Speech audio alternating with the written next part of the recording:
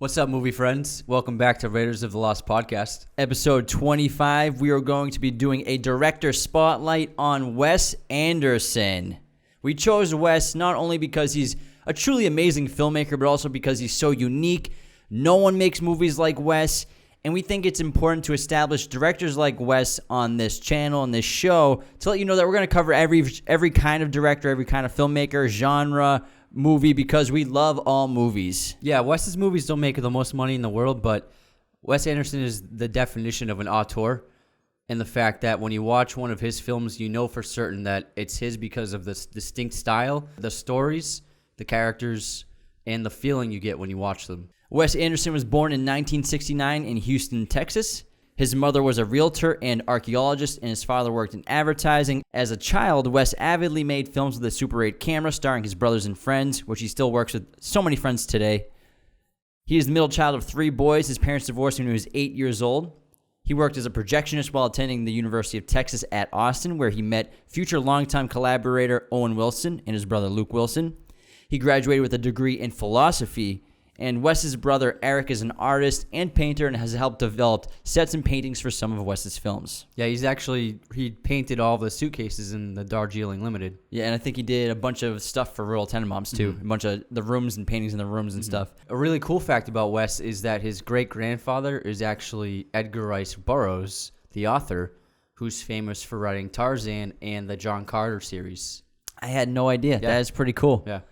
Now, before we get started, if you like our podcast and our content, you want to help support us, the best thing you can do is share our podcast, either the YouTube channel or audio versions on Spotify, Apple Podcasts, Google Podcasts, Amazon, wherever you listen to podcasts, you can find us. We're growing mostly word of mouth, so please let your friends and family know about this show. Leave a 5-star review, especially a written one that really helps us get seen on podcast apps by new viewers. Hit the notification bell. Leave a comment on YouTube, on Instagram, on TikTok. We also have a Patreon now, so you can check us out there and support us monthly. Our top-tier patrons get a monthly shout-out, so thank you so much for everyone who's supporting us. Now, what makes Wes Anderson so unique? His style is so original and inimitable, word of the day, that Wes Anderson kind of operates in his own world of style and storytelling, where he's really the only member of that population. His movies are true works of art, aesthetically, intellectually, and narratively. I like to say that Wes Anderson movies are like adult fairy tales. They're fantastical, whimsical, fun, unusual, very unique, fascinating. It's as if the movies are set in a heightened reality that's not really our reality. The way that the characters behave and act, and the way that we are given shown the information, it feels like it's not our reality. You know what I mean? It kind of feels like it's an alternate reality, the Wes Anderson reality.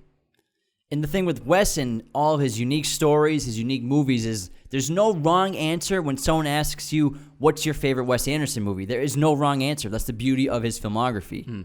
Every movie is unique. They're different. Of course, you have a lot of the same themes, which we'll get into in a little bit, but still, there's no wrong answer. A main component of Wes's filmography is detail and the attention to detail in his universe, in all of his films. It's nothing short of amazing. It's borderline scientific to an extent. He obsessively details every shot, every character, every piece of wardrobe, every set, everything is seriously well thought out and meticulous. And a lot of things he'll do is he'll have a shot of a character speaking on camera, like maybe at a desk, and he just slowly zooms out and you get to see the things on the desk or the things in the set. It's things in the room, so you get a characterization of, oh, he's got an old-time phone, he's got a projection, he's got a yellow list, a shelf full of yellow encyclopedias, like all sorts of attention to detail to get the characters. Yeah, Wes pretty much shoots with only wide-angle lenses, so even on a closer shot, you're still seeing a large part of the environment. And the attention to detail goes in hand with the production design of all of his films, and especially the latter few films where he's been given larger budgets, and especially in terms of the color palette. I think one of the things that are synonymous with a Wes Anderson film, the modern ones, are the color palettes. They're all very strong, and he has a voice when it comes to the colors of his films. He uses a lot of pastel colors. He'll generally... It's really fascinating if you watch some of his recent movies. He'll match the color palette of a room with generally with one or a few of the characters in the room.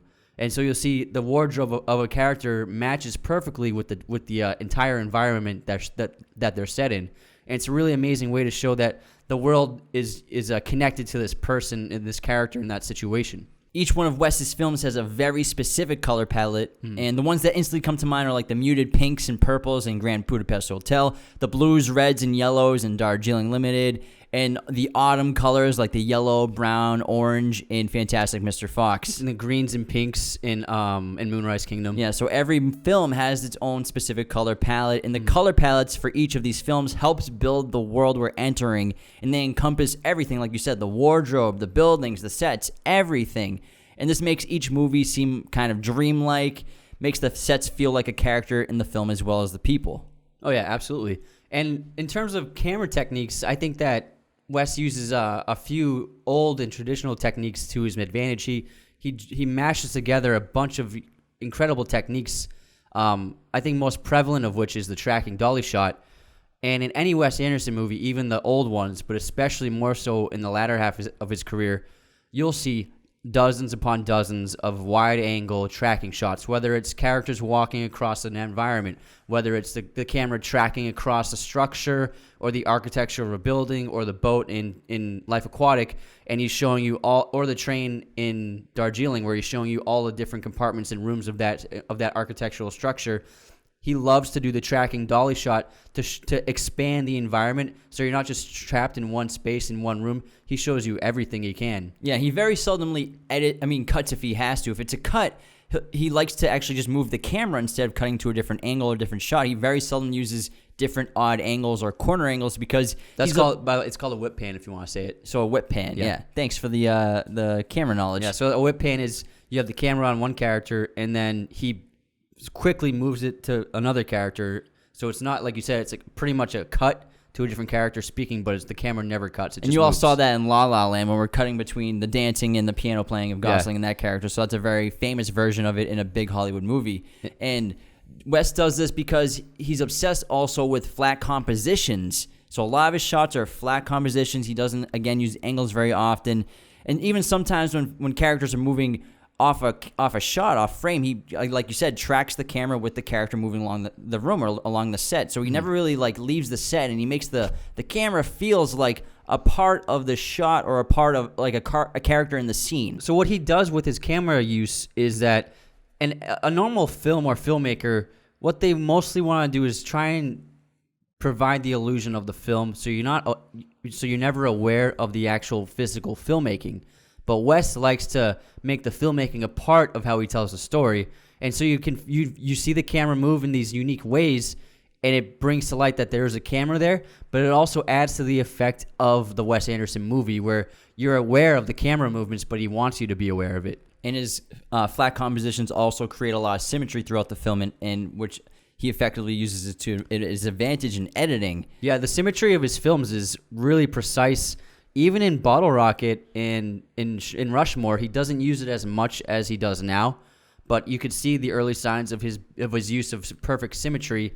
And of his latter films, it feels like nearly every shot is perfectly symmetrical, and he has he's perfected the craft of creating the symmetry in his shots. He also uses slow motion shots a few times in I think every single film except for the stop motion ones, and he uses it very effectively to portray either a mood or a moment of significance to a character or multiple characters.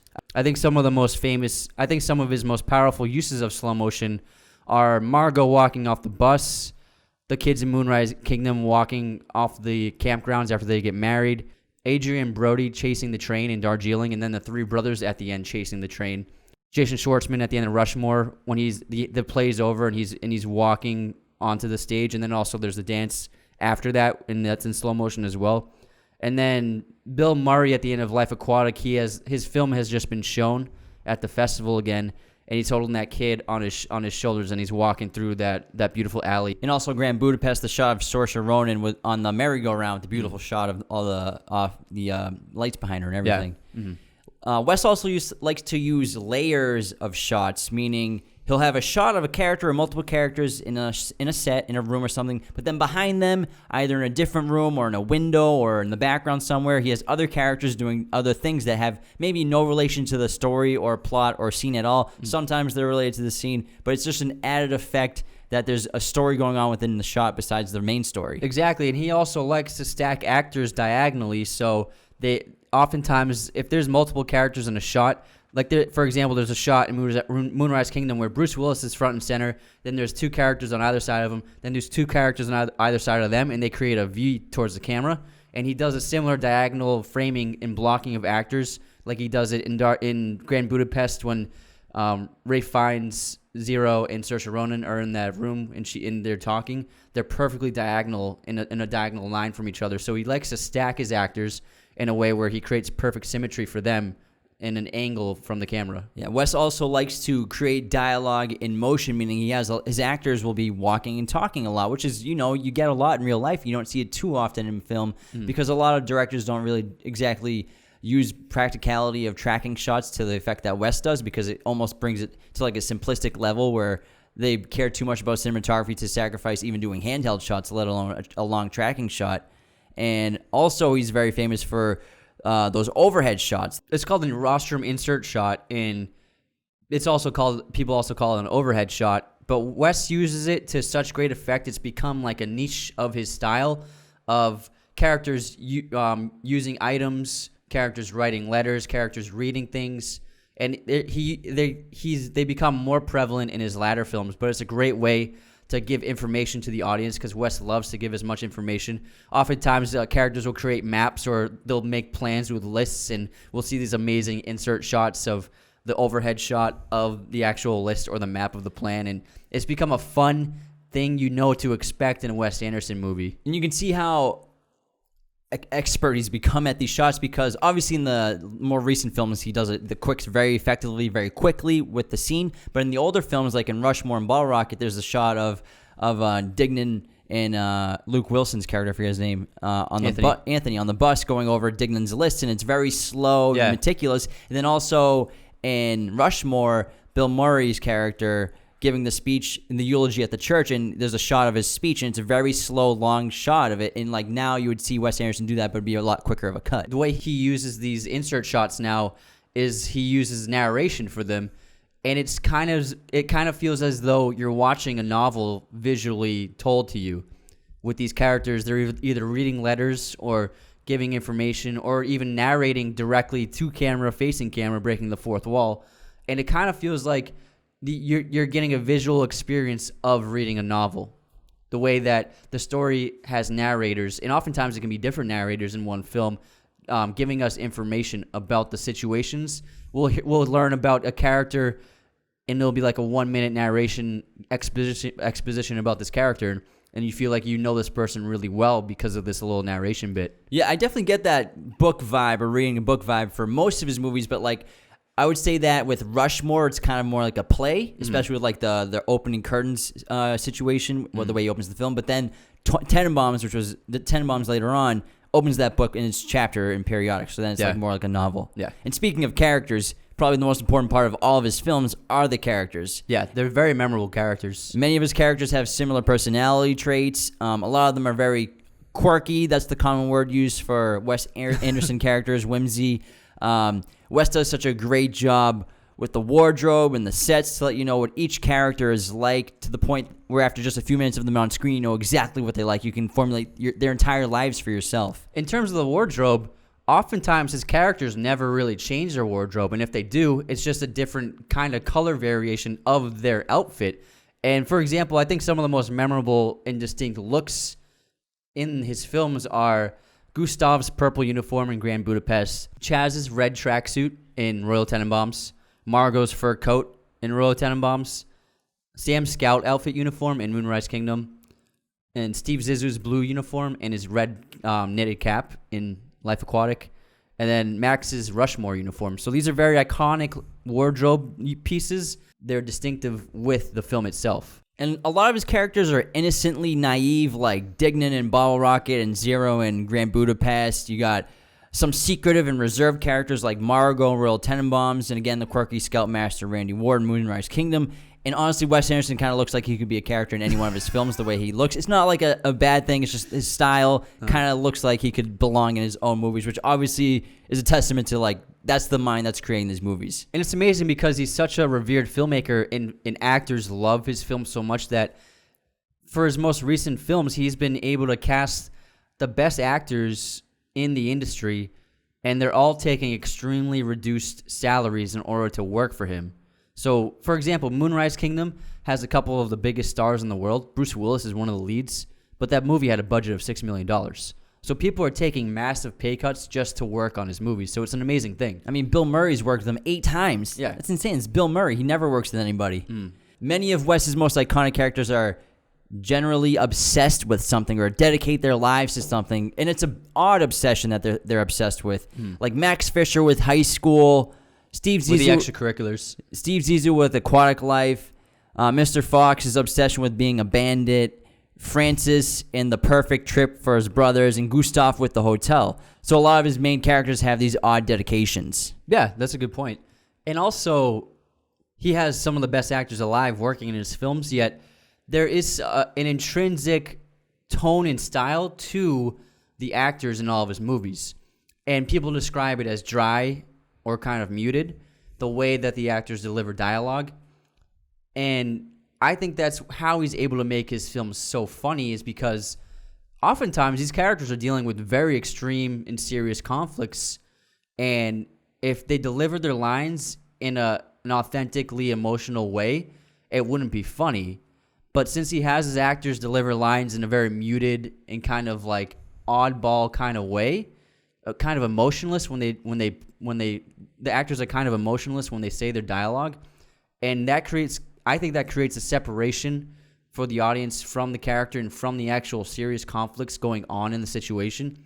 And that lack of emotion in the delivery of the lines is what creates the comedy. A character can say something very serious or dramatic, but the way they deliver it makes us laugh. You know what I mean? Yeah, well, Wes's films are obviously full of humor and, like, silliness, but it's very dry humor. Like, not everybody, I guess you could say, gets Wes Anderson movies. Some people aren't a fan of them. Some people aren't a fan of, like, that dry dialogue and the dry deliveries that his actors give. And they think his dialogue is pretentious and doesn't make any sense. And a lot of people just don't find him funny at all or his movies good. But, I mean, it's kind of one of those things that you like it or you don't. Yeah, I remember I was telling an ex about the Grand Budapest Hotel, and she was like, okay, let's watch the trailer. And then we watched the trailer, and I was cracking up the whole trailer because I think it's so funny. And she didn't make a sound, and she was just kind of confused by it. It's like a lot of people, for everyone. That's why his movies have grossed less than $500 million total out of 9 movies. Yeah. So there's a reason why Wes is kind of like just a specific audience. It's an acquired taste. It's like mezcal. Yeah, basically. And for me, every single time I watch a Wes Anderson movie, I'm like full of nostalgia. He kind of transports you back in time to either like a memory, an experience you've had, a part of your life, a toy you had, a song you loved, a game you played, a friend you had. He just makes you get in like a time machine emotionally and really connects with his stories and his characters. Yeah. And a really cool fact that I don't think a lot of people are aware of is that, like you said, he and Owen Wilson met when they were young.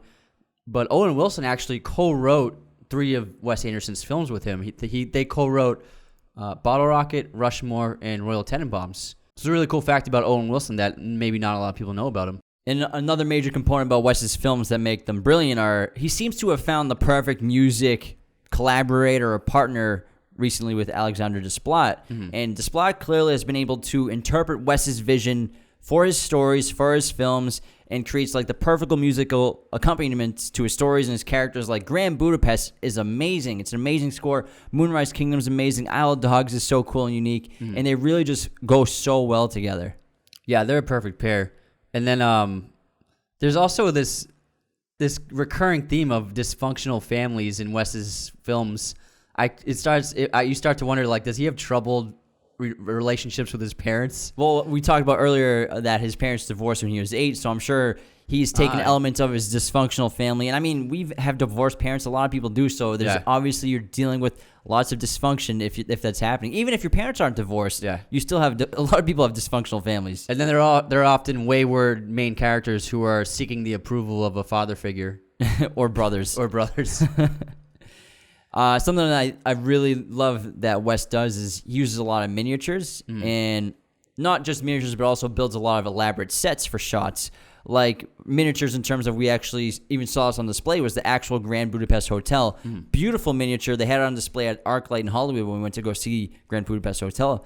And another piece, a set piece that I really adore is in Life Aquatic, the actual ship. They built like a giant replica of the ship. And what he does, and he does this he does this in Moonrise Kingdom too, where he takes this giant set and he cuts like basically the front wall off, and he'll take the camera and do tracking shots up, down, left, and right of all the different compartments, the rooms, so you can kind of see throughout each of these sets what's going on in all the rooms, what each family member is doing, what each person of the crew is doing in their own specific areas, and it's a really fun, interesting thing to see happening with just a single shot. Yeah, and his use of miniatures has been even more heavily used lately, especially with Grand Budapest. Like you said, they actually built the Grand Budapest Hotel as a miniature.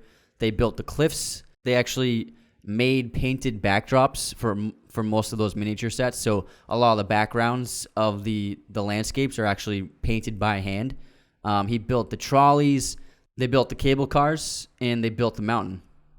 Yeah, and we'll obviously get more into miniatures when we're talking about Fantastic Mr. Fox and Isle of Dogs, which are complete stop-motion films with only miniatures and handmade basically characters. It's all miniatures. Another huge theme in a lot of Wes's films are adults versus children, where many of the adults in Wes Anderson's films act like children, and a lot of the children act like adults. This is like a perfect example in Moonrise Kingdom, where Sam and Susie are very mature for their ages, where a lot of the adults are very immature for their ages. Same thing with Steve Zissou. He's a very immature guy for his age. Also like Zero and Agatha in Grand Budapest, and especially with Rushmore with Max versus Herman, which we'll get into in a little bit, where Max acts like an adult and Herman acts like a child. And then two quick other things that Wes does a lot is he's very particular about his fonts, and he does have a decent amount of violence in his films, but it's always done in a goofy way, like fun, like ruffle up the little kids fights when you don't really know how to throw a punch, so you're just kind of just scuffling and like holding each other and getting in all these like scuffles on the ground and everything, and just throwing fists and legs everywhere. Yeah. And then also his love of film, he always shoots on film. And then also changing the kind of stock and aspect ratio and cameras that you're going to use to create a certain kind of feel and aesthetic. Like he used different film stock for Moonrise Kingdom. I think he shot on 16 mil. And then with Grand Budapest, he used 3 different kinds of film and 3 different kinds of aspect ratios depending on what time period was being filmed. So he likes to use film in a unique and refreshing way. All right, let's get into Wes Anderson's filmography. We'll obviously spend more time on the latter films and the better movies, but we got to talk about all of them, of course, starting with Bottle Rocket in 1996, which was Wes Anderson's directorial debut based off a short film he had made of the same title. It stars Luke Wilson and Owen Wilson. Luke Wilson plays Anthony, who had just been released from a mental hospital, only to find his wacky friend Dignan, played by Owen Wilson, is determined to begin an outrageous crime spree. They recruit their neighbor Bob, played by Robert Musgrave, and the team embarks on a road trip in search of Dignan's previous boss, Mr. Henry, played by James Caan. But the more they learn, they realize that they are not fit to be criminals and don't know a thing about crime. Yeah, this is about a few guys who want to commit crimes, but they just suck at it, and they're in the wrong line of work pretty much.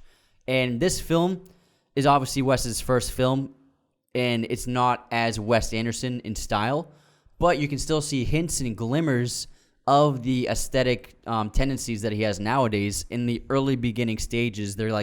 They've been seeded in this movie, and they'll blossom in later movies. It's like Scorsese's Mean Streets or Chris Nolan's Following. It's like he actually had a $7 million budget on this film, though, so he had a lot of money to work with. It only made $1 million total, so it had a horrible box office. It also had some of the worst test screenings that Columbia's ever had, but Touchstone loved it so much that they saw the potential and greenlit Rushmore. The test screening was so bad that Wes and the producers were in a theater with the test screening audience, and Wes was sitting in the back of the theater, and as the film was playing, he noticed that nobody was laughing at any of the jokes. No one was laughing where they're supposed to be laughing, and it's a comedy. And then he noticed that people began walking out of the theater, and he just sunk in his seat, and he's thinking, I'm never going to be able to make another movie in my life. These people hate me, and I'm a nobody. And then they got the review cards back, and all the test screening cards they got back from the audience were, this movie sucks. What the hell was this about? This was the worst piece of trash I've ever seen. And so they're going through dozens and dozens and dozens of these horrible reviews from the audience. And then they finally find one review of a woman who wrote so much on the card that she had to use the back of the card to keep writing. And it was all positive, and she got every single joke that he put in there, and she said it was like one of the funniest things she's ever seen in her life. And he's like, this is our audience. It's very small and very niche, but if we find them, we can make money. The thing with this is, like, Rushmore is the movie where a lot of people, they don't even know anything about Wes Anderson, but they have that one film friend, like, that's like, you got to see this movie, you got to watch this movie, Rushmore. Like, yeah. I think you were my Rushmore guy. Like, yeah. You got me into Wes Anderson and Rushmore. The first time I never heard of him, never heard of the movie, but I love the movie so much. And after they made the short film for this, they eventually got the funding for the feature-length film, but the studio didn't want Owen and Luke Wilson. And I remember seeing an interview where Luke Wilson's like, yo, you guys just let like some real actors do this. We'll be on the next one. Let's just make some money and get this over with. But Wes Anderson stuck to his guns with his characters and his actors. And Luke's great in it, but Owen Wilson is absolutely hysterical in this movie. It's like one of his best performances, even though it's like his first one. And this is the first Wes Anderson character where I was talking about earlier that he has an odd dedication to something weird. In this movie, it's petty crime. Yeah, Owen Wilson really shows his talents in this film, and he ended up becoming a big star. And one of my favorite scenes in this movie is early on when they plan to rob Anthony's mom's house as a test robbery to see how they do. And they even make Anthony makes a list of the things they have to steal. And so they go and they commit they rob the house. No one's home. And they come back and they go over the items that they stole. And Dignam actually accidentally stole a pair of Anthony's mom's earrings. And he's like, I specifically didn't put that on the list because I didn't want you to take them. He goes to see his sister at her school and gives her the earrings and is like, can you give them back to mom for me? Yeah, and the thing with Bottle Rocket, like you said, Wes hadn't really developed his style yet. He doesn't really develop until Royal Tenenbaums for the full Wes Anderson experience, but it's still funny. Like you said, you get glimpses of his writing, the genius behind the camera. There are glimpses of it, but the writing's great, the characters are fun. And again, every robbery is a disaster. And my favorite robbery is when they're robbing the library. Dignam. Who robs a library? Yeah, who robs a library, first of all. And Dignam's asking the guy to put the cash in a bag. He's like, put the money in a bag. And the guy grabs this like tiny little bag. He's like, get a bigger bag. And then the guy like calls him a punk. And then this weird thing that Owen Wilson, this thing that Wes Anderson does that's hilarious is like in situations that don't call for it, he creates like formality and politeness where now Dignam's like addressing this guy with respect. He's like, I'm sorry, do you have a bigger bag that like you have for encyclopedias and atlases? Even though he's got a gun in his hand. Yeah. So like we said, he wasn't his fully fledged Wes Anderson style of filmmaking in this, but he was doing things like the inserts, the whip pans. He was doing this thing he does where he puts the camera right in front of an actor's face rather than just over the shoulder of the other actor. He's like, camera's right there in their face, and they have to say their lines to the camera. And he did it in this film. And James Caan, who's been a revered actor for decades, this was the first time he's ever had to experience something like this, and he didn't think that Wes Anderson knew what he was doing. He's like, why is the camera like right in my face? But Wes Anderson was like, told him what he was doing with it, so then he eventually went with it. But even James Caan was like, I've made 100 movies, and I've never seen anyone make a movie like this before. That's why Wes Anderson's Wes Anderson. Yeah. And this film has some solid themes. You know, it tackles that theme of people in their 20s, young adults who don't really have any direction in their life. They don't know what they want to do when they grow up. They don't even know what they want to do at the moment. So same thing with these brothers, and they don't know what they want to do. And Dignam kind of knows what he wants to do, but he uses the petty crime obsession as his new path and his new motivation for life. And it's a prevalent theme in almost everybody's life when they go through that stage. Yeah, and like all of his films, there are deep themes hidden within the comedy of it. And if you watch it enough times, you can really dive into them. But yeah, if you're really just a fan of like Grand Budapest and Moonrise Kingdom, you might not like this movie a ton. So I recommend not even starting with this one. If you're new to Wes Anderson, I would go for like Royal Tenenbaums and then go backwards or forwards from there. Yeah. And then in 1999, Wes Anderson made Rushmore, which for me was kind of like his first like real Wes Anderson style film, like developing those tracking shots, developing his style behind the camera. He's his first time working with frequent collaborators like Jason Schwartzman and Bill Murray. And it's about when a beautiful first grade teacher arrives at a prep school, she soon attracts the attention of an ambitious teenager named Max, who quickly falls in love with her.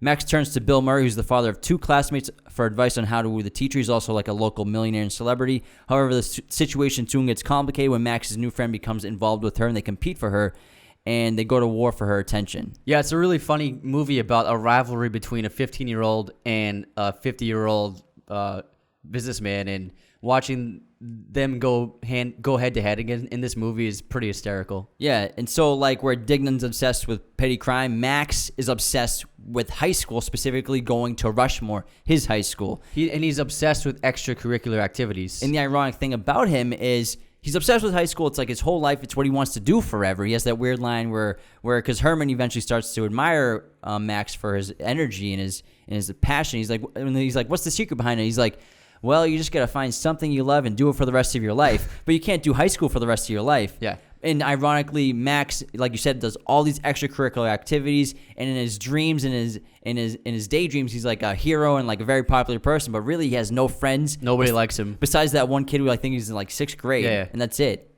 And so the thing is, I think Max as a character is that he doesn't want to grow up and he doesn't want to become an adult. I think he's scared of the real world. And so that's why he becomes so obsessed with extracurricular activity, because due to all of his time spent doing the activities, he fails all of his grades at school. And so he's kind of self-sabotaging his school career because he doesn't want to go up to the next level. He doesn't want to go to high school. He doesn't want to graduate, and he doesn't want to become an adult. Yes and no. I think he doesn't want to become an adult, but he also acts like an adult. You know, he walks around the school like he's part of the faculty and like addresses teachers with like handshakes and stuff like that. And he tries to run so many things, and he acts like an adult. He has his like ambitions, and he gets Herman to lend him money for his plans and everything. But then on the counter of that, you have Herman, who's a local millionaire. He has a bad marriage. His kids hate him. He's kind of almost estranged. He becomes estranged from him towards the end, and Herman actually acts like a child. They both see themselves in each other, where Herman sees something of himself when he used to have the passion that Max has, whereas Max sees in Herman the success and happy, wealthy life that Herman has, when really Herman's an unhappy person despite being a millionaire. Yeah, he's like a raging alcoholic. And Bill Murray loved the script so much for this film that he offered to star in it for free without a salary. It's pretty awesome. Yeah. But the characters are all hiding from something. You know, Rosemary's hiding from her pain of her husband's death by living in his house creepily and then teaching at the school that he used to go to. And fun fact, her husband is actually Owen Wilson. And if you look close, there's a shot in her bedroom, and there's a framed photo of Owen Wilson on the table. I didn't even notice that. And they all kind of hit rock bottom at the same time. But they have to learn to accept themselves in order to grow and then move on. And this is where we see Max's transformation, where he starts to accept himself and he starts admitting that his father's a barber, and he kind of changes his outfit. He's no longer wearing like the Rushmore suit. He's got like that green suede suit on, and he's got his own style, so he's his own being now. Yeah, and then he goes from trying to destroy Herman to trying to get him back with Rosemary. Because as Herman says, Rosemary is his Rushmore. But because Max gets expelled from Rushmore, he uses Rosemary as his new Rushmore and becomes obsessed with her too in an awkward, weird way. But this is a very fun movie, a lot of great themes as always, and a big favorite of a lot of hardcore Wes Anderson fans. All right, let's move on to The Royal Tenenbaums, which came out in 2001. And this is the film where Wes really hits his stride in terms of his bold style of filmmaking. It's an Oscar-nominated script that he shared with Owen Wilson. The film can actually get kind of dark at times, and like we talked about earlier, it plays out like a book. And the film is about Royal Tenenbaum, played by Gene Hackman, and his wife, Ethelene, played by Angelica Houston, had 3 children, and then they separated. All 3 of the children are extraordinary, prodigies, and geniuses. Virtually all memory of the brilliance of the young Tenenbaums was subsequently erased by 2 decades of betrayal, failure, and disaster. Most of this was generally considered by to be their father's fault. The Royal Tenenbaums is the story of the family's sudden, unexpected return one winter. Yeah, like you said, I think this was Wes Anderson beginning to hit his stride, both with writing and filmmaking, where you see a lot of use of narration, of character description, and the quirky act structure of a Wes Anderson film that we're used to now. In the beginning of the film, we learn all about the Tenenbaums. He goes kind of like character to character, He starts with their childhood too, and he does it in the most Wes Anderson way possible, narrated by Alec Baldwin. Wes developed a group of highly unique and eclectic characters, all struggling with similar issues, hiding from their pasts. A lot of trauma caused by their father too. Yeah, it's really funny in the opening when we learn who the kids are, because all three of the kids were extremely successful prodigies. Chaz was a math genius, and he created his own successful business. It's like a marketing whiz. Yeah, and then Margot is a playwright, and she got like a grant to write plays for a living. And then Richie was a world-class tennis player as like a prepubescent kid. However, now that they're adults, Chaz is hyper-neurotic about everything and aggressively overprotects his boys from the world he finds terrifying. Margot is highly depressed and a secretive chain smoker since the age of 12. And Richie is kind of at a loss of what path to take in his life. He's also become an addict. And the latter two also have to address their true feelings for one another. This is the first film where Wes Anderson used his wardrobe to convey the uniqueness of his characters. And it's so funny because when the three kids are children, they dress the same as when they're adults. Exactly it's the same. Exact same outfits. And so he found that this is the first time he found like to have strong wardrobe choices for his characters will really make them memorable. Yeah, and obviously with Richie, his wardrobe changes because his character goes through an immense transformation throughout the film. Yeah. Obviously, spoilers, guys, if you haven't seen this movie, where there's a scene where Richie, later on in the film, attempts suicide. And throughout the whole film, Richie is wearing sunglasses. He has this long hair and this long beard because he was on like a boat trip that lasted like 5 years exploring the world. Yeah. Because he still is at a loss of what to do with his life. He doesn't know what to do, so he just decided to see the world, and he didn't cut his hair or beard. But in the scene where he tries to kill himself, which is iconic scene in Wes Anderson lore, he cuts his beard, he cuts his hair off, and then he has this new look, and you finally get to see his face.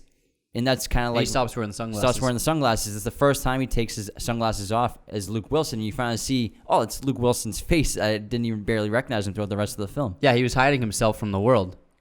And then, so all of these three people, they were child prodigies, but then their adulthood is just marred by disappointment and a lack of potential.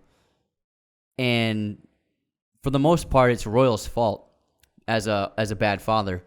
And then that he comes into play of when he learns that his ex-wife is going to remarry, he decides to fake an illness to try and get back in the good graces of his family. Yeah, but what happens is he gets kicked out of the hotel he'd been living in for the last 20 years, and I think he runs out of money. Yeah. And so he's forced to go back home, and he spends pretty much the whole film playing victim in every scenario he has ruined, and tries to win over his family's loyalties for all the mistakes he has, but it still takes him the entire film to admit his mistakes and accept his mistakes and what he's done to his families.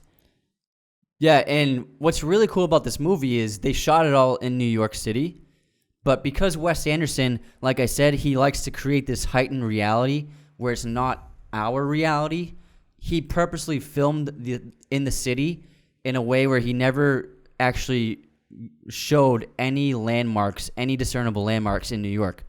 So, for example, they filmed on Ellis Island, but he purposely kept the Statue of Liberty out of the shot because he didn't want anyone to recognize it. So this film is in New York, but we don't even know what city it actually takes place in. And the way he films it is to avoid recognizing any landmarks. So it's an amazing way to show that this could be like a city and in a fantasy, in a story.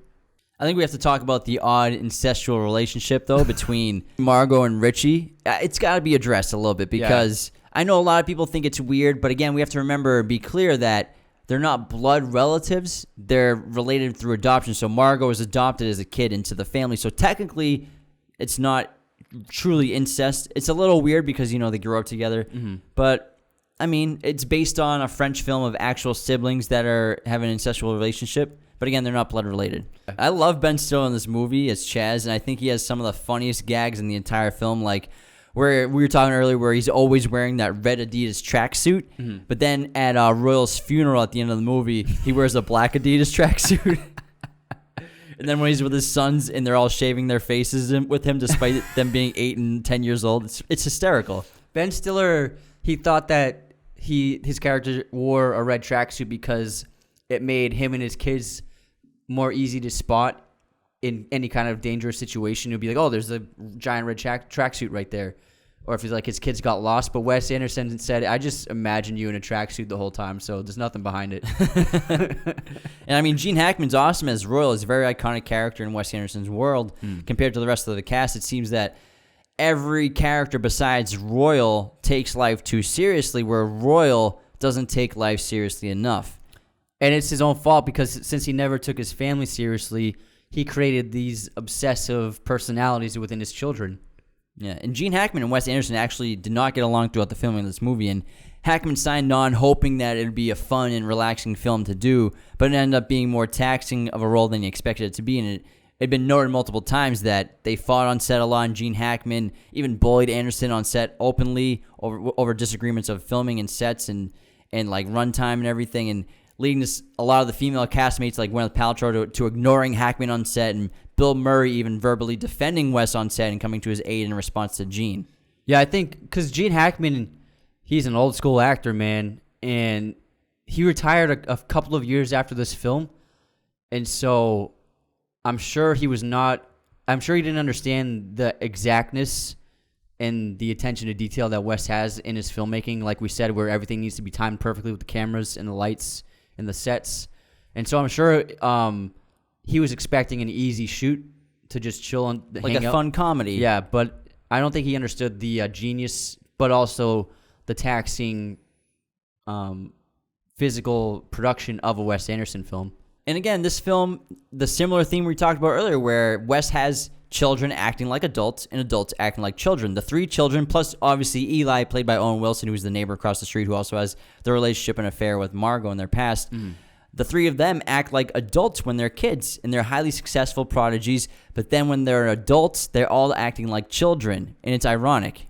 So this is Wes Anderson's first ensemble, which will become a common way of storytelling in the future for him, where it wasn't just one or two or three. It wasn't just one or two leads. It was a group of people leading the film with very distinct storylines, each of their own. Yeah, and just one more thing to point out is this is a comedy, but again, there are dark moments in it, and it's emotional at times, especially the final scene between Chaz and Royal. This is the relationship that's been most damaged probably by Royal, because he stole funds and money from Chaz as a kid, and Chaz is the person who sued Royal and got him disbarred from being a lawyer. So it's an emotional situation after the car crashes, and Royal comes over and brings Chaz a Dalmatian, and Chaz accepts the gift, and he says, I've had a rough year, and it really gets me choked up every time I hear it, because now Royal finally understands what he's done to his family, and he's finally connecting with his kids. Yeah, he didn't even know the name of his wife before. Yeah. Yeah. Oh, quick fun fact. Danny Glover, Luke Wilson, and Owen Wilson all turned down parts in Ocean's 11 to appear in this film. Who would the Wilson brothers have played? I bet it would have been Casey Affleck and Scott Caan's characters. Maybe, yeah. That's what I would guess, and they probably would have made them brothers. Because they weren't that famous back then. And Danny Glover would have been probably Bernie Mac's role. Oh, yeah. Well, that's interesting. I love Casey Affleck and Scott Caan, though. They're great. Yeah, they're hilarious. Moving on to The Life Aquatic with Steve Zissou in 2004. This is probably Wes's least loved film by most people and critics and fans. I like it a lot, though. It's one of those movies that you wouldn't immediately recommend to someone, but you'd still want them to see it, if that makes sense. It's about renowned oceanographer Steve Zissou, played by Bill Murray, who's sworn vengeance upon the rare shark that devoured a member of his crew. In addition to his regular team, he is joined on his boat by Ned, played by Owen Wilson, a man who believes Zissou is his father, and Jane, a journalist pregnant by a married man. They travel the sea, all too often running into pirates and, perhaps more traumatically, various figures from Zissou's past, including his estranged wife, Eleanor. This film, I think, is the beginning of Wes Anderson's use of a strong production design, whereas the sets in this are the most extravagant he's had in a movie yet and add a lot of strength to the movie itself. So I think for this movie, he really, really dove into building big sets for his scenes. Yeah, and the concept of this film is hilarious, of just Bill Murray's this guy who's just out for revenge against a giant jaguar shark. And it's kind of like Wes Anderson's take on Jaws. A lot of people do feel the story falls kind of short at the end of the film, But I like to look at this movie from, like you just said, a filmmaking perspective. Yeah. And it's a great follow-up to the Royal Tenenbaums, which some can argue is his best movie, so it's kind of hard to just come back and top that or even do something better or even match it. Life Aquatic can also, like Tenenbaums, be dark at times, dealing with abandonment, death, and depression. And this is, I mean, it's a very silly movie. It could be his silliest movie. Just that the outfits and the blue uniform with the red knit cap. It's based off Jacques Cousteau, who was a real explorer. But I don't think Bill Murray takes the hat off. Maybe once after like he takes a shower. Maybe he has it off in the hallway. Yeah, but just like in their diving suits and when they're swimming underwater, it's very whimsical and very fun. Like when they go underwater and they're kind of like very fairy tale-ish, like not real biological pieces of sea life under there, like the coral reefs and stuff are very, very fantastical. And so he had a lot of fun with this, you know what I mean? Yeah, and Zissou, played by Bill Murray perfectly and hilariously. He's a character who's a dimming star. His career is going downhill. He's a documentarian, and his final adventure hopefully kickstarts him back into the public eye with high esteem, and also to give him revenge. But Zissou's kind of just an asshole throughout the entire film. He just kind of seems like an unlikable character, but only Bill Murray can make you like this guy because he's a dick. He doesn't want to accept Ned to be his son, which we found out later on. Spoiler alert, he's not actually his real son. He's a dick to pretty much everyone on the ship, even to Willem Dafoe's character, who's hilarious in this film, who just is obsessed with just getting the approval of Steve Zissou. It's a very similar character to Royal Tenenbaum and Herman, where it's this flawed father figure character, very selfish in their own ways and blinded by their needs and their desires.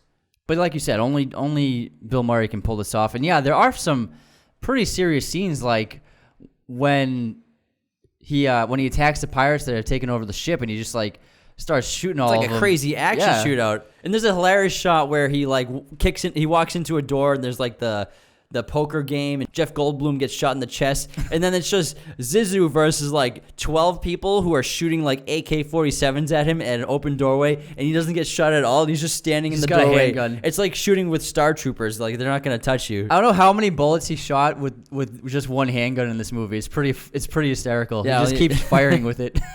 And this leads to Steve Zissou eventually is given the chance to destroy the jaguar shark, the animal that killed his best friend Esteban, and also indirectly Ned. Esteban! The son he refused to acknowledge for decades before finally accepting him only moments before his tragic death in the helicopter crash.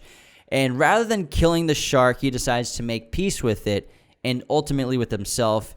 Everything he's lost because of his selfish, self-destructive behavior. And even there's that hilarious line where he's like, "Do you think it remembers me?" I wonder if it'll remember me. Yeah. And then Wes being Wes, he didn't want to use any CGI or anything or instead they built an actual puppet of the shark, and it was like 12 feet long, and they actually filmed it with a black backdrop to make it look like they were in the sea.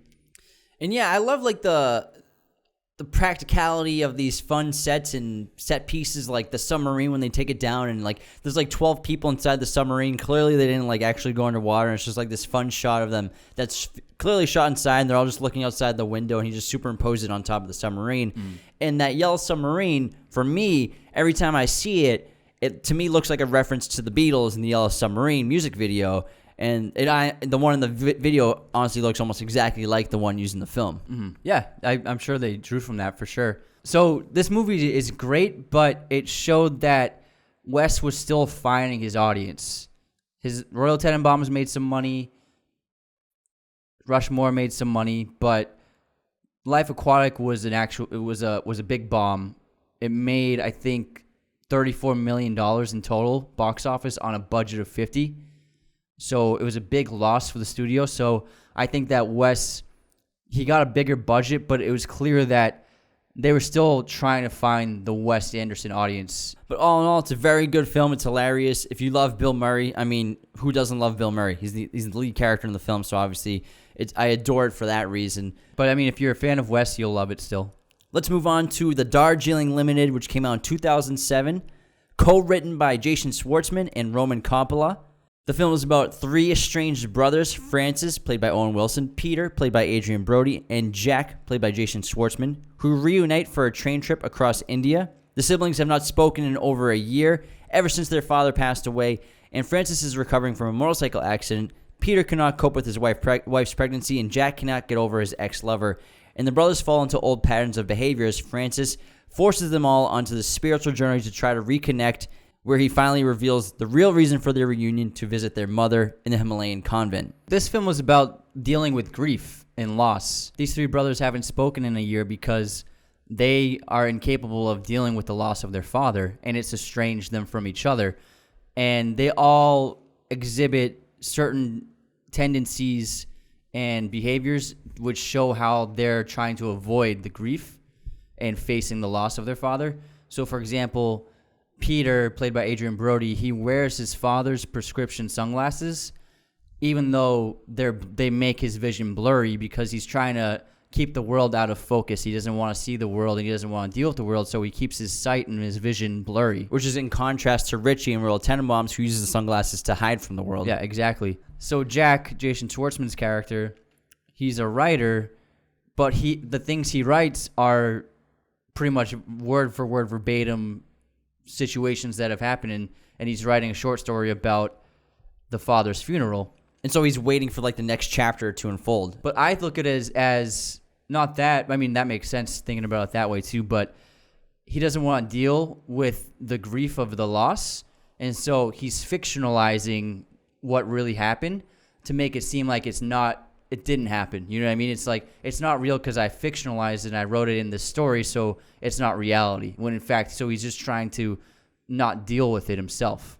And then Francis dealt with the grief by trying to kill himself. Which we learn eventually later. He disguises it as a motorcycle accident, but yeah. Francis's isolation and loneliness post his father's death leads him to that attempted suicide and forces him to come up with the idea to get his brothers together. He plans this grand journey with laminated itineraries, and this kind of seems like a way for him just to kind of save himself, not really just fully to get his brothers to connect. You can see this because he's constantly asking his brothers to come to agreements with him to like formalize every interaction. So many agreements. Can we agree to that? Yeah. Can we all agree to this? And it's just his way to, because he needs connection so bad that he literalizes everything. Since they haven't seen each other for so long, they kind of have lost the ability to properly communicate with each other. They're constantly talking over each other and changing subjects and barely paying attention to each other. And Francis is like ordering food for them and telling them what to get and trying to take control of their decisions for them.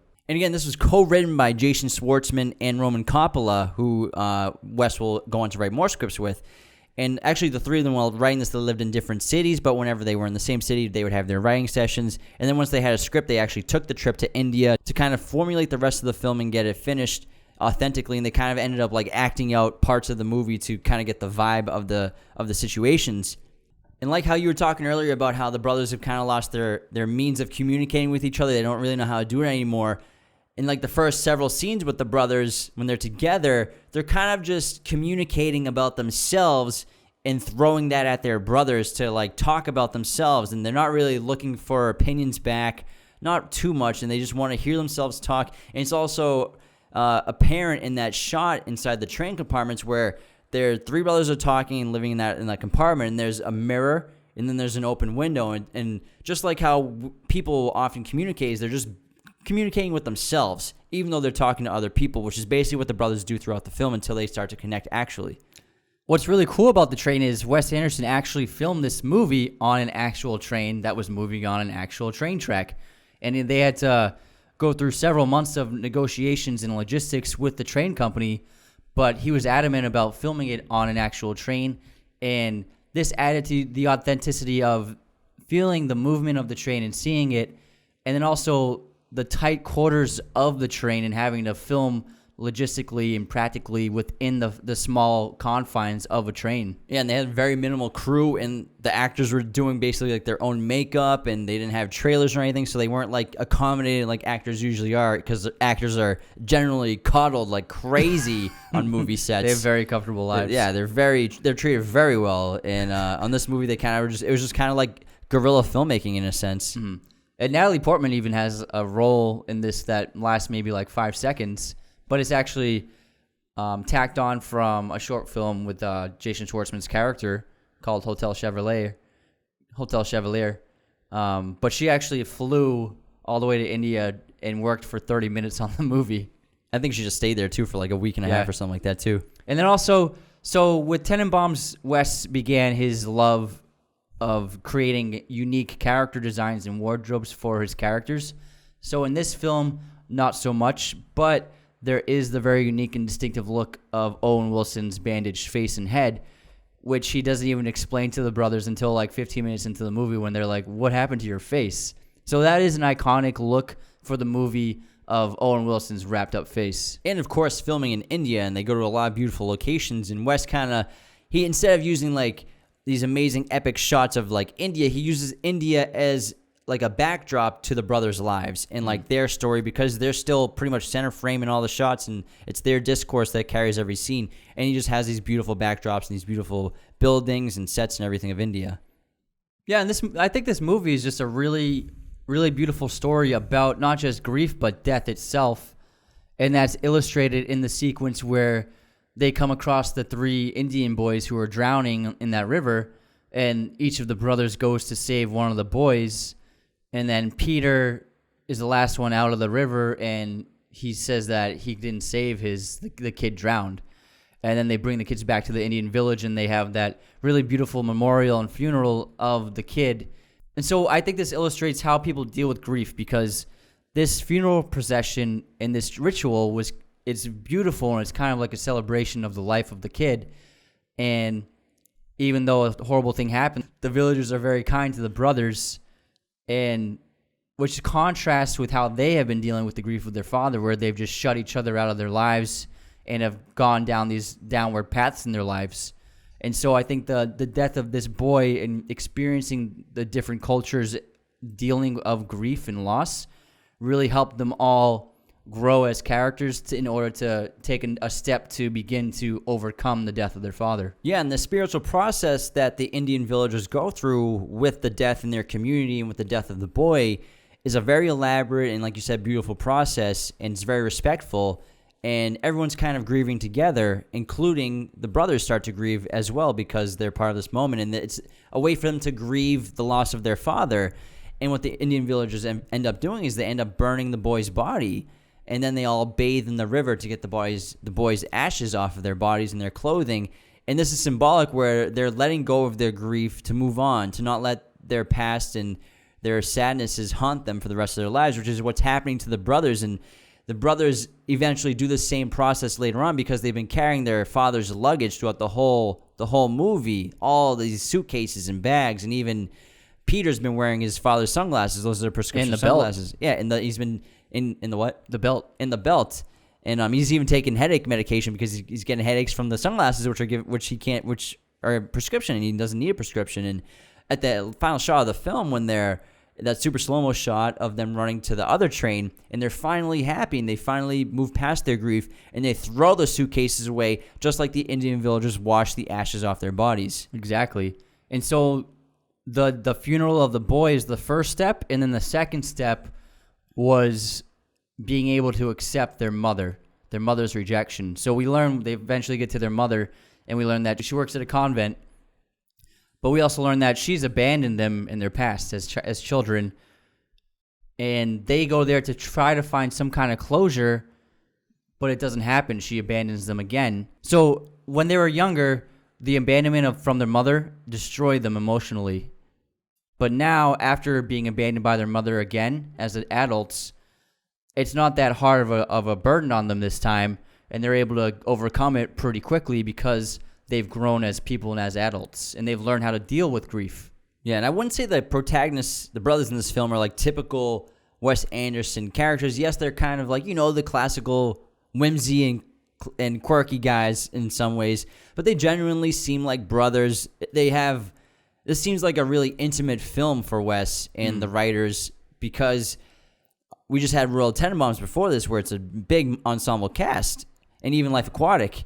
And here it's really just three main characters, and you get to spend a lot of time with them and learn about their character traits and grow with them and go through this journey with them. And they eventually do have that spiritual journey, and they connect and they learn to become brothers again. Yeah, I agree. I think this is probably Wes Anderson's most personal film, and it's a really beautiful film about tough themes, and we got to see the unique Wes Anderson spin on those themes. Yeah, and it's like anyone who has siblings or friends and you haven't seen each other for a while and you're somewhat a stranger, you haven't talked in a long time, and you get together for the first time in a while and you kind of don't know how to communicate, and it feels kind of weird. And he does a great job expressing that. Yeah, that awkwardness. But I recommend this film. This is one of my favorite Wes Anderson movies. It's really beautiful. I have a poster of it, bro. Everyone's like, what movie is that? I'm like, oh, never mind. Want to move on? Let's move on to the fantastic Mr. Fox, which came out in 2019, and I love this movie so much. This is a great animated film. So this is his first stop-motion film. This film is actually based on a children's book by Roald Dahl, a British novelist, and was the first book that Wes Anderson actually ever owned.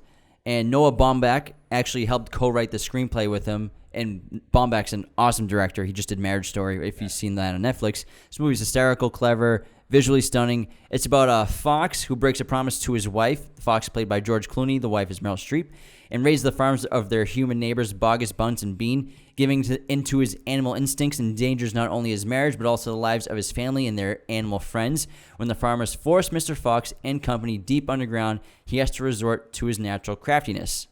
This is a groundbreaking film, both with animation, but with the sound design of this movie. So typically for an animated film or a stop-motion film, the actors record their dialogue in studios with a microphone right in front of their face, then they're in a soundproof studio, and the audio and dialogue always sounds perfect. And for me, watching animated films, it never feels quite right. You know what I mean? It doesn't sound quite right. Yeah, because Kung Fu Panda, it's a panda on a mountain, but his audio is perfect. Yeah, so for this film, Wes Anderson decided to record the actors' dialogue in environments and settings that would match the scenes of the movie.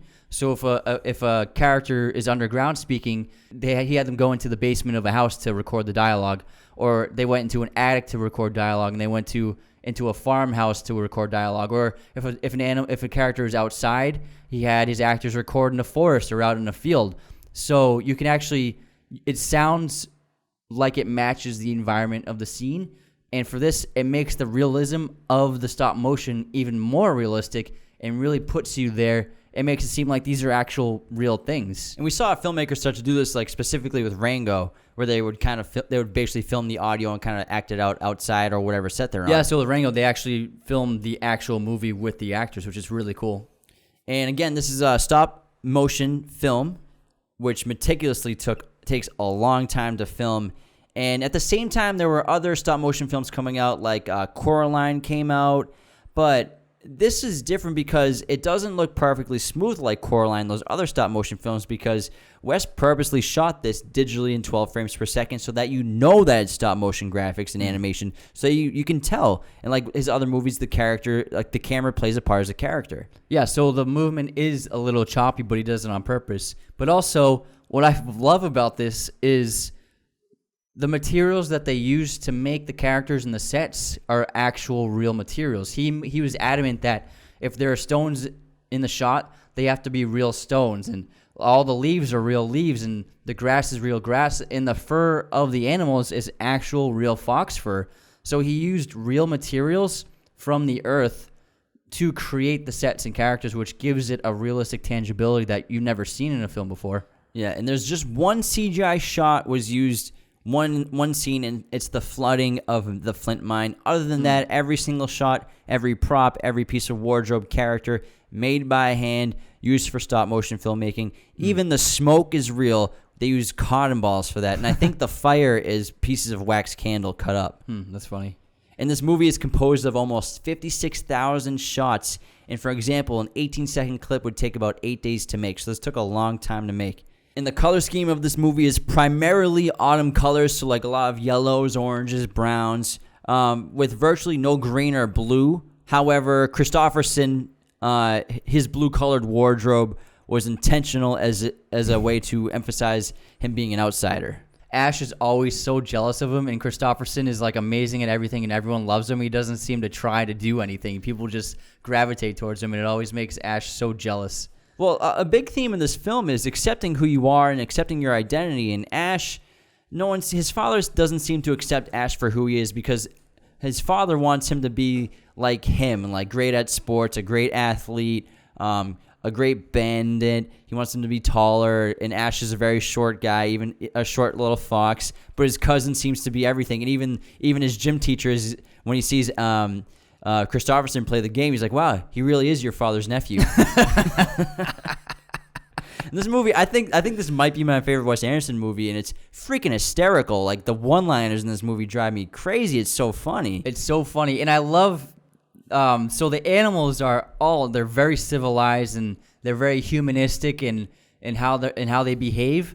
But then also he shows the animalistic side of them. So for example, like when Mr. Fox is about to eat his breakfast, he's very polite to his wife and they have a nice little conversation. Then he goes to his plate and he just ravages it like a monster, like an animal would. And then there's that argument between him and the other animal, and they start from arguing, and then they start growling at each other, and it's just like he shows like the animal side of them too, which is so fun. Yeah, and Mr. Fox, played by George Clooney, is obviously sly like a fox. His personality is eccentric and hysterical. He's always trying to control every situation he's in, but he hides his true intentions usually with compliments and the illusion of choices for other characters. For example, multiple times he'll present his wife with a decision like, should we do this or that? But he's already made up the decision of what he's going to do and what he wants to do. So it's really just an illusion that she has a choice in what they're about to go through. And then he masks his slyness with compliments and will tell her how beautiful she is despite not letting her really have a choice in the decision he's about to make. Yeah, and also he's obsessed with improving his life because he doesn't fully realize that he has everything he needs at home. And which is what drives him to get the new home inside the tree, which he knows is dangerous, and people have told him not to move there because it was too dangerous for him to be there. But he's sick of. He said he's sick of living in a hole, but his wife loves the hole; it's their home. But he just thinks that things can be better and things should be better because he doesn't fully grasp the idea that his life is full the way it is. Yeah, it kind of links to the ending with the Canis Lupus scene where throughout the film he talks about the wolf and how he has a phobia for wolves. But is it really he has a phobia for wolf or he has a phobia of being a wild animal? Because the wolf doesn't wear clothing. The wolf is quiet. He doesn't really speak English like the animals do and talk. And Mr. Fox, he is debating with being civilized. He wants like a new tree, a new home, a house, rather than living in a hole like a fox is supposed to do. And he wears a suit and tie, and he kind of tries to connect to the wolf at the end of the film when he like raises his fist and the wolf raises his fist back. But so like, does Mr. Fox really have a phobia of wolves, or is it a phobia of being a wild animal and being his true nature? By that time in the film, he's finally realized that he needs to be a father more than anything, which he hasn't been. He needs to be a father and a husband. One of my favorite shots in this film is when Ash and Mr. Fox are in the sewer talking, and Ash is staring down, and this is when the shot that Stanley Kubrick made famous is the Kubrick stare, and it's like a technique he developed where he will just have like an intimidating or unsettling point of view, POV shot of a character, like just staring basically off into the, like almost like directly off camera. Yeah, like think of Jack Torrance in The Shining. Jack Torrance in The Shining, and then Full Metal Jacket with the guy in the bathroom, and he does that with Christopherson, and it just drives me crazy. It's fucking hysterical. For parents and for kids, like there's no other animated film like this because it has the Wes Anderson's tone and style and story and dialogue. And I think it's something fun for kids to watch because it's so unique. They can see a new way to tell a story rather than the same old animated Pixar, Disney, DreamWorks movie. They're all pretty much the same. This is wholly unique and a fun experience, I think. Yeah, and again, we're talking about a theme where it's about accepting your identity and who you are, specifically with Ash's character, who's not really like a fox and not what he thinks his father wants out of a son. But he ends up, because of his physical status and his traits, he ends up saving the day twice towards the end of the movie because he's little. I can fit through I'm there. little. You know why? Because I'm little. And so he ends up saving the day because of who he is, and he accepts who he is. And even Christopherson doesn't even want to be who he is with the athlete and everything. But even Mr. Fox accepts who he is. He's not going to... He finally accepts that, like, I belong in my home, and I have to take care of my home. Yeah, and there's an imperfect ending to this film, which, again, is important because most animated films just have a great, happy Hollywood ending, but it's important for not only kids, but adults to see that it's okay to admit defeat and accept ourselves for who we are, and not the unrealistic image who we think we want to be or should be. Yeah, sometimes we fail and sometimes we make mistakes. That's part of life. And those themes are reinforced at the end of the film in the supermarket where Mr. Fox gives that toast and he calls all the animals around him the 5.5 most wonderful wild animals I've ever met. So now they finally accept who they are. Overall, I adore this film. It's hysterical, beautifully filmed, beautifully shot. It's a blast, great characters, great writing, and it's so fun to see stop motion in such a high quality way and different than like big budget box office stop motion or animated films. Yeah, it's probably one of, if not the most unique animated film you'll see in the last decade. Let's move on to Moonrise Kingdom, which came out in 2012. The year is 1965, and the residents of an island off the coast of New England inhabit a community that seems untouched by some of the bad things going on in the rest of the world. 12-year-old Sam, played by newcomer Jared Gilman, and Susie, played by newcomer Kara Hayward, have fallen in love and decide to run away, but a violent storm is approaching the island, forcing a group of quirky adults, played by Bruce Willis, Edward Norton, and Bill Murray, to mobilize a search party and find the youth before calamity strikes. And this was co-written by Roman Coppola again. So this is Wes Anderson's take on both growing out of adolescence and also discovering love for the first time and having a connection, an emotional and intimate connection with another person for the first time. Yeah, Moonrise Kingdom, I think, it's a very common favorite film of Wes Anderson fans when you talk to them. It's far more than just a movie about childhood, like you just said. It's about growing through childhood and into adolescence and into adulthood even. And Anderson paints this chaotic image of the adult characters caught up in their own inhibitions and failures, which contrasts again with the children's. And we're talking about those themes where the children act like adults and the adults act like children. The Susie and Sam characters, they're very mature for their ages, and they even have this plan to just run away because they want to get away from everyone because their parents are in horrible, like, toxic relationships, dysfunctional family, and again, they're childish people and they want to get away from them. Yeah.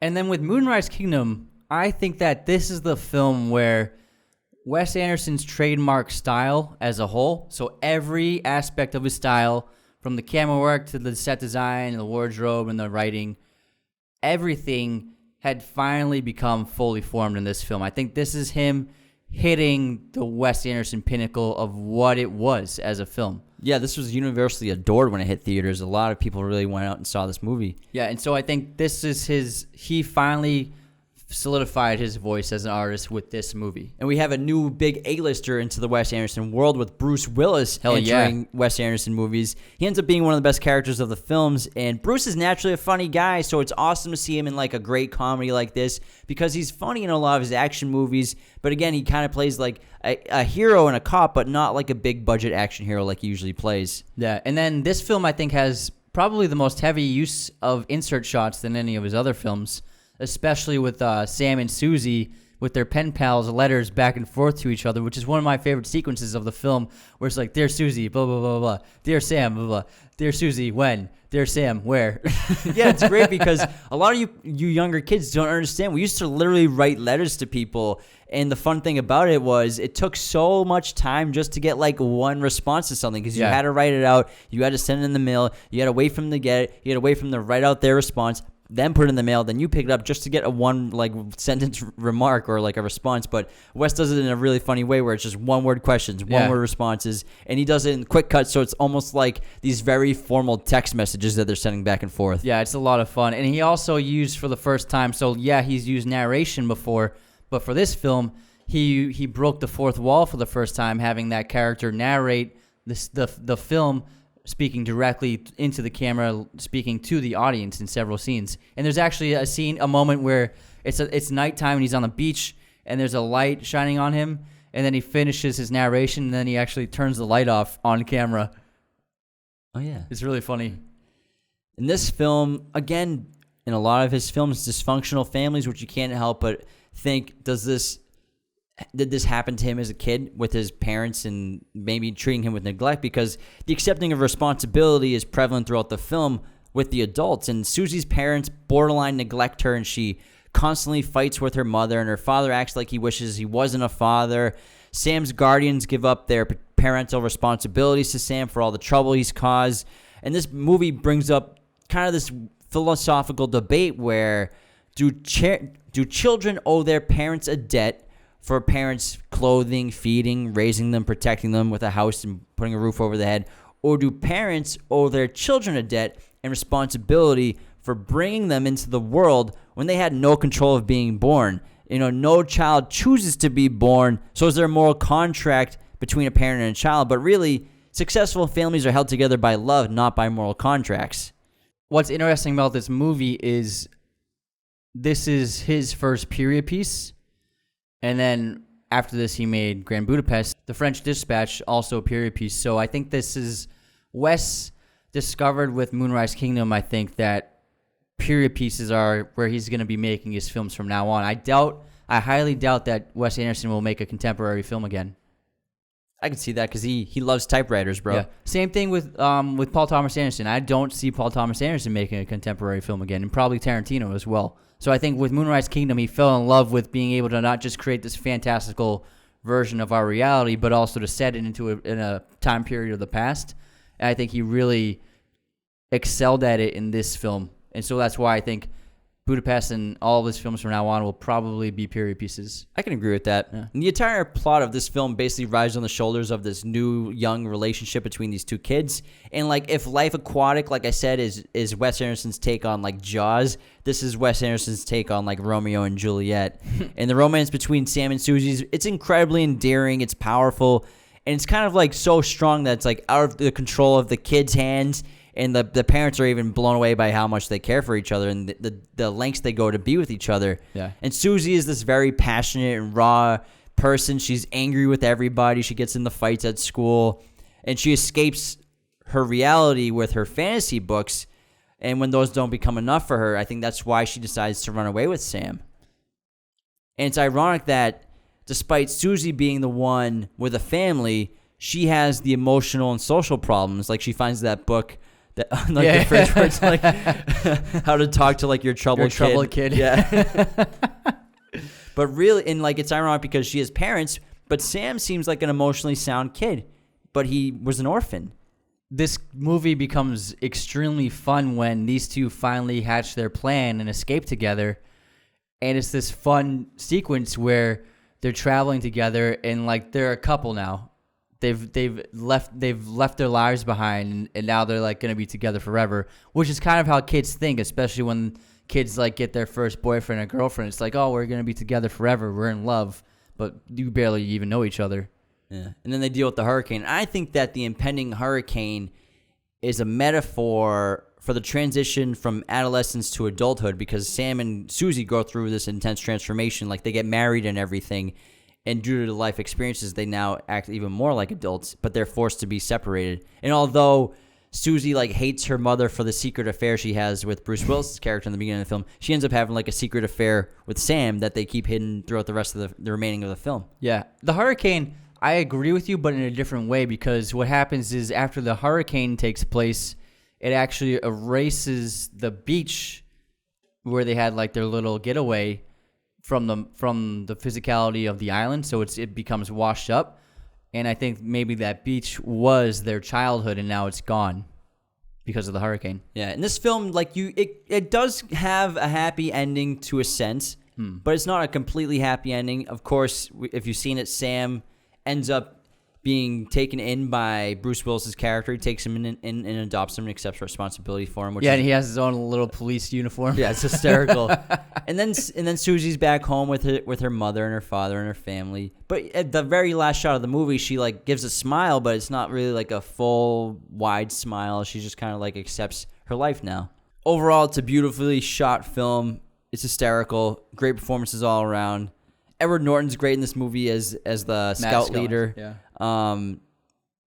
Frances McDormand plays Susie's mother. She's great in it too. But all around, everybody's great in this movie. It's a super fun movie to watch if you've never seen it before. And what I think really helped Wes Anderson with this movie was the small scale of it, because he had done some bigger movies before this, and he did the animated films, which are big productions on themselves.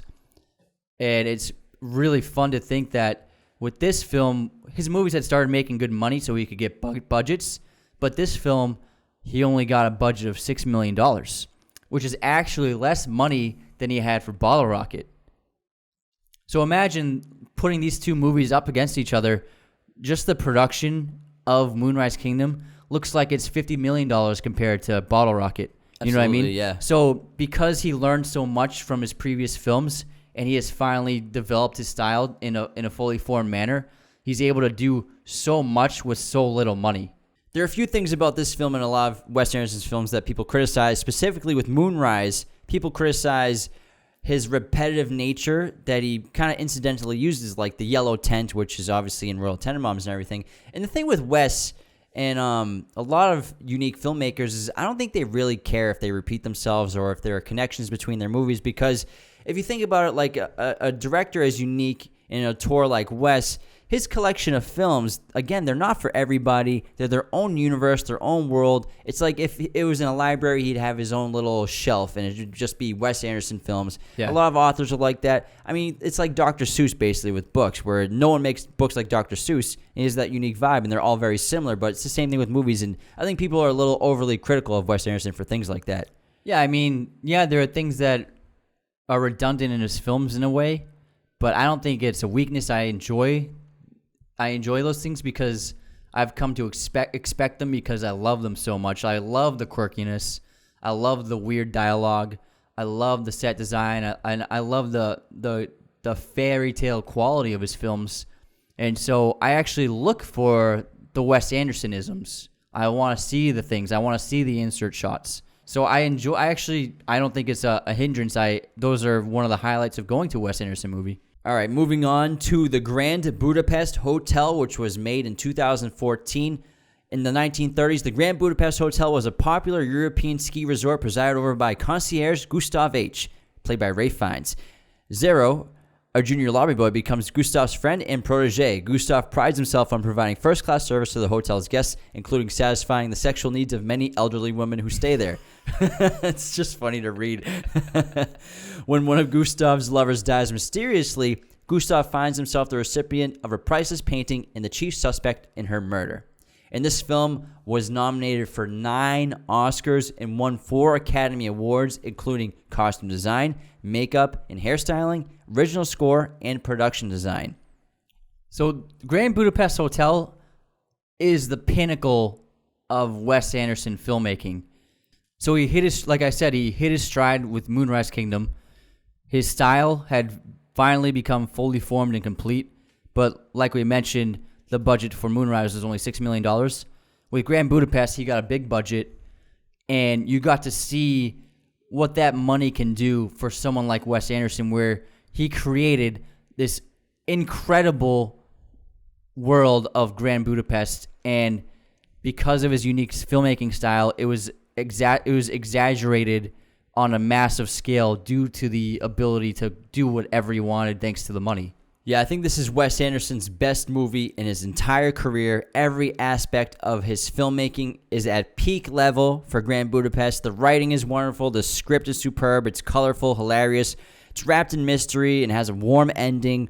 Of all of his films, this is probably a perfect movie, or at least as close to a perfect movie as Wes Anderson's gotten. And the structure of the film is pretty interesting, as it takes place in memories and flashbacks of multiple people. It starts with the girl at the cemetery reflecting on the statue of the writer, and then we're suddenly with the writer at an old age near the end of his death writing, and he's reflecting back and recounting his memories as a young writer who meets an old Zero, Mustafa, who recounts his memories as a young Zero in his adventures with the wonderful Gustav.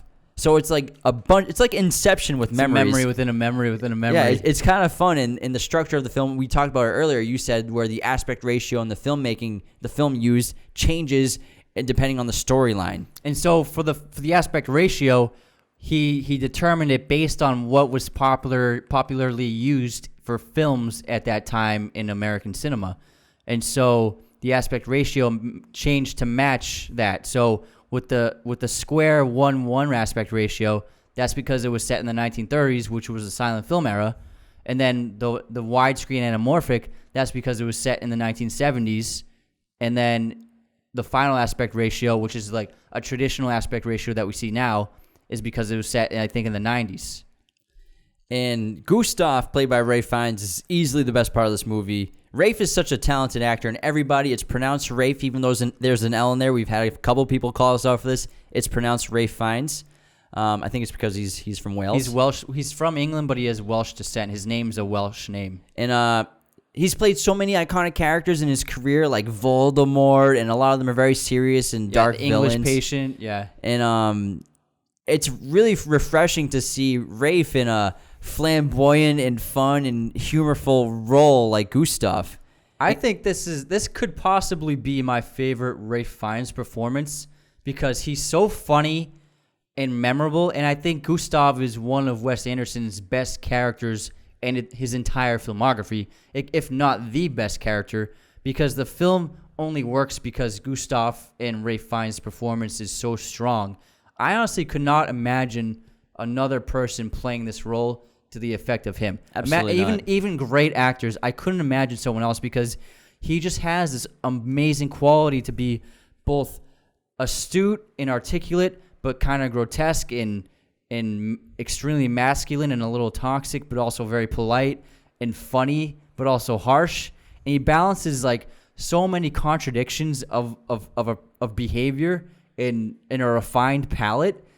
And it's an amazing performance, and I think he was nominated for an Oscar for Best Actor. Yeah, he's constantly back and forth between eloquence and vulgar. Yeah. And it's hysterical. And Gustav is a concierge of the highest quality, whose service and happiness of his guests are his highest priority, and he's teaching Zero in his very fine art of accommodation. Gustav is also an intimate lover and basically kind of like a gigolo of elderly, wealthy women, specifically with blonde hair.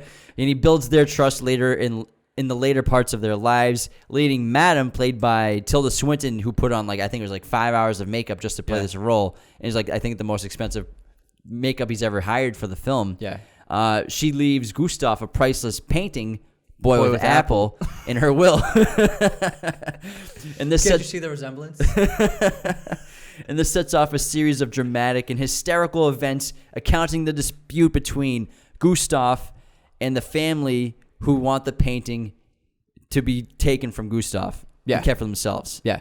And then we are introduced to two great characters played by Adrian Brody and then Willem Dafoe, who end up being the villains of the film. And like I said earlier, where Wes Anderson in his later films began matching the production design and set design with the wardrobe of his characters, this is most prevalent in Grand Budapest, where for example, Gustav's purple uniform is shown in the production design of the actual hotel, where the hotel is variations of hues of pink and purple and red.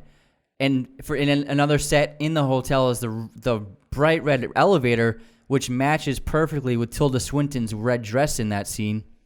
Dimitri and Joplin both wear outfits with black, and the sets of Dimitri's home is mostly very dark blacks and browns. And the same thing with the author's character of Jude Law, where he wears gray and brown suits. The hotel during the 70s, the environment and set of the hotel, there's lots of wood, there's lots of greens and browns in the set design. So with this film, he is beginning to match his characters with the environments and sets. And again, we have a lovely adolescent relationship in this film between Zero and Agatha. It reminds me a lot of the romance in Moonrise Kingdom, but a little more mature because they're a little bit older and are young adults, so they take their intimacy to an adult level. Whenever they're on camera together, you can't help but feel warmth in your heart, and it's just adorable whenever they're together in the innocence of Zero and Agatha, and they've committed to each other without hesitation. They'll do anything for each other. And Tony Revolori is phenomenal as Zero, and I think this is his first movie he's ever been in. And Saoirse Ronan's a delight as Agatha. Yeah, Saoirse is probably the best actor of her age and generation, and it was great to see her in a Wes Anderson film, and I'm sure they'll work together again. And then this film is absolutely stacked with actors. The Wes Anderson usual suspects, plus Saoirse Ronan and a few others, and it's just... And Harvey Keitel kind of has a cameo as like a prison guy. Harvey Keitel is in it. It's just like an unbelievable cast because everyone wants to work with Wes.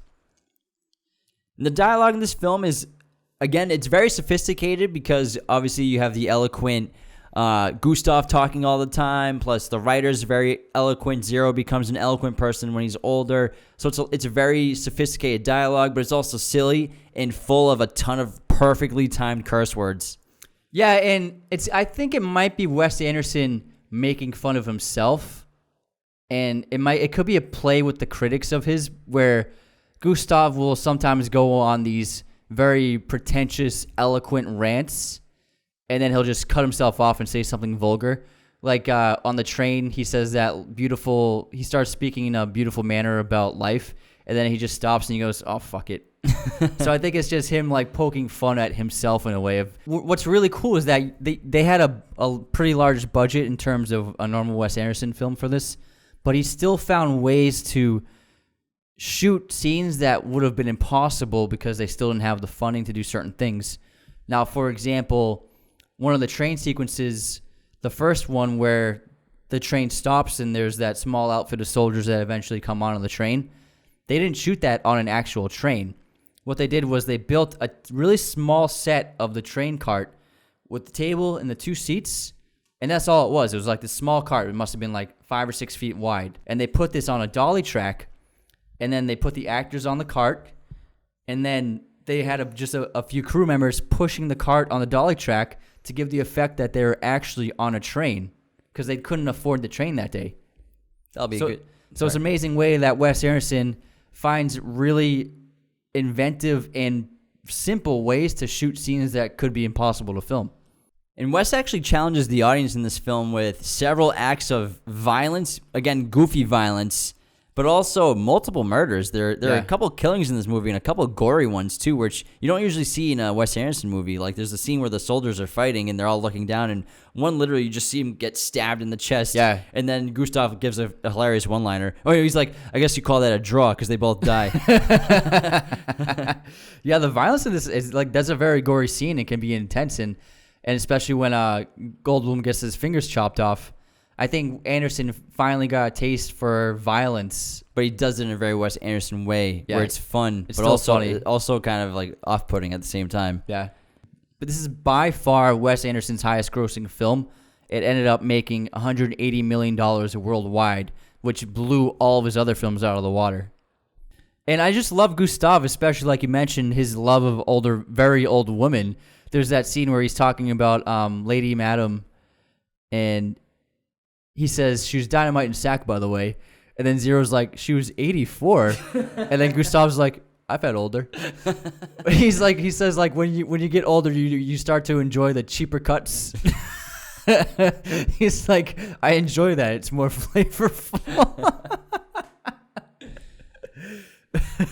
And the funny thing about it is the irony with the painting Boy with Apple is throughout the different periods of time that the film takes place, the painting appears in various locations throughout the hotel and is even hanging behind the front desk at a point during young writer's discourse with Zero, the old Zero. And like the old Zero Mustafa even has to like straighten it out because Schwartzman's just a horrible bellboy. It's really funny. But it's just chilling right behind them, and it's a priceless painting. And I love when they steal it, they replace the Boy with Apple with a painting of, it's called Two Lesbians Masturbating.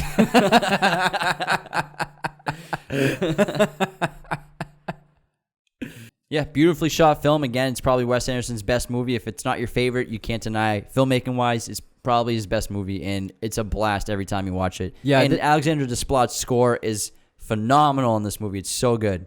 Yeah, this is my favorite Wes Anderson film, and this is a moment where he's just firing on all cylinders, and it's amazing to behold. Next up, we got Isle of Dogs, which came out in 2018. This is another stop-motion feature by Wes Anderson. The film is about when, by executive decree, all canine pets of Megasaki City are exiled to a vast garbage dump called Trash Island. 12-year-old Atari sets off alone in a miniature junior turboprop plane and flies across the river in search of his bodyguard dog Spots. There, with the assistance of a pack of newly found mongrel friends, he begins an epic journey that will decide the fate of the future of the entire canine population. This is a really beautiful film, and I think its main theme is the need for proper communication in order to properly empathize and accept other people. So this film is set in Japan, yet the dogs speak English. And the reason for that is it puts us into the perspective of a dog, where a dog doesn't understand what we're saying to them, but through a connection, an emotional and personal connection, a dog can begin to understand what you're saying, not through your language, but through your feelings and your emotions and your actions. Yeah, so that's why he doesn't have subtitles for Atari or any of the Japanese characters when they're speaking in Japanese. Because, again, he wants to, like you said, put you in the perspective of a dog. And also, you can non-verbally communicate with people, and you kind of understand basically what Atari's saying every time he's in a scene talking to the dogs or talking to somebody. But it takes empathy to be able to properly communicate. Exactly. And Wes actually makes a hilarious caption where he says, "All barks are dubbed into English." But also, again, he's clever enough that he trusts his audience to be able to interpret what's happening in the film if they don't understand the dialogue that's being said. Yeah. And in terms of empathy towards the dogs or empathy towards characters, that's, I think, the point of Tracy, the character that's voiced by Greta Gerwig, who also did the French dubbing because she's fluent in French, because Tracy speaks English, and her character isn't there to communicate with the audience. Her character is there as a metaphor of, like you just said, empathy for the dogs, because she speaks the language of the dogs, and she's the only one in Megasaki that speaks the language of the dogs, and she's able to communicate the empathy that she needs them to feel for the dogs who are stuck and trapped on Garbage Island. Yeah, so essentially it's about, we cannot form empathy for other people if we don't learn to communicate with one another.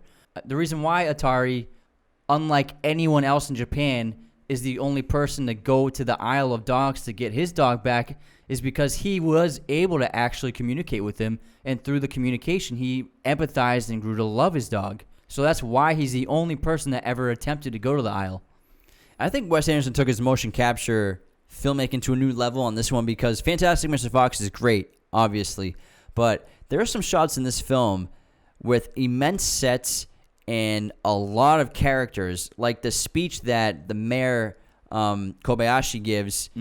It's an audience full of actual miniature puppets and everything, and they're all moving intricately in their own ways, and I can only imagine how long that took to film scenes like that. Yeah, and there are also several amazing bird's eye view overhead shots of these huge environments with the characters walking, and it makes it feel like, for a moment, like, is this like a real movie? It's like, it kind of really pulls you into the animation. This is also the longest stop-motion movie of all time. It took more than 30 animators almost a year and a half to create the film. And the world building on this movie is immense. Again, we're talking about these enormous sets, tons of characters, and a contrast to basically the entire filmography of Wes Anderson post Rushmore, starting with Tenenbaums, where he has, we talked about multiple times, about these beautiful color palettes and very vibrant, saturated colors. This film is full of blacks and grays and whites, and it's kind of got kind of grim. It's got a grim undertone to the entire theme of the film. It's very stark and grim. But there's also a lot of comedy. Like, my favorite scene is probably the scene between the two rival gangs of dogs when they find that bag, and they're about to like kill each other over the bag, but then they're like, wait, shouldn't we figure out what's in the bag first and see if it's worth fighting over? And then they look inside the bag and they're like, okay, we're going to fight over it. And then they start going crazy on each other. Well, it's just like what we talked about earlier with Rushmore, where Wes puts in these weird moments of formality and politeness where it otherwise wouldn't like belong there at all. Yeah. And there are a lot of overlying themes in this film, including corruption, xenophobia, as well as government control of populations with the use of fear and propaganda, like Kobayashi, because basically what Kobayashi does is he makes up this canine flu and these canine diseases in order to in order for an excuse to send these dogs all the way to Garbage Island. But what's really happening is this is all an evil plan of revenge dating back centuries to the Kobayashi clan who were betrayed by dogs or were wronged by dogs. Yeah, the government even builds like the giant robotic dogs as weapons. And basically the movie follows a group of scrappy dogs 6 months after they've been on Trash Garbage Island who help the boy Atari after he crashes his plane onto the island to search for his dog Spot. And the dogs all agree to help except for the one dog played by Bryan Cranston, who is Chief, and he's like the leader of the pack. And before the island chief was a stray dog, so he never really has had trust in humans.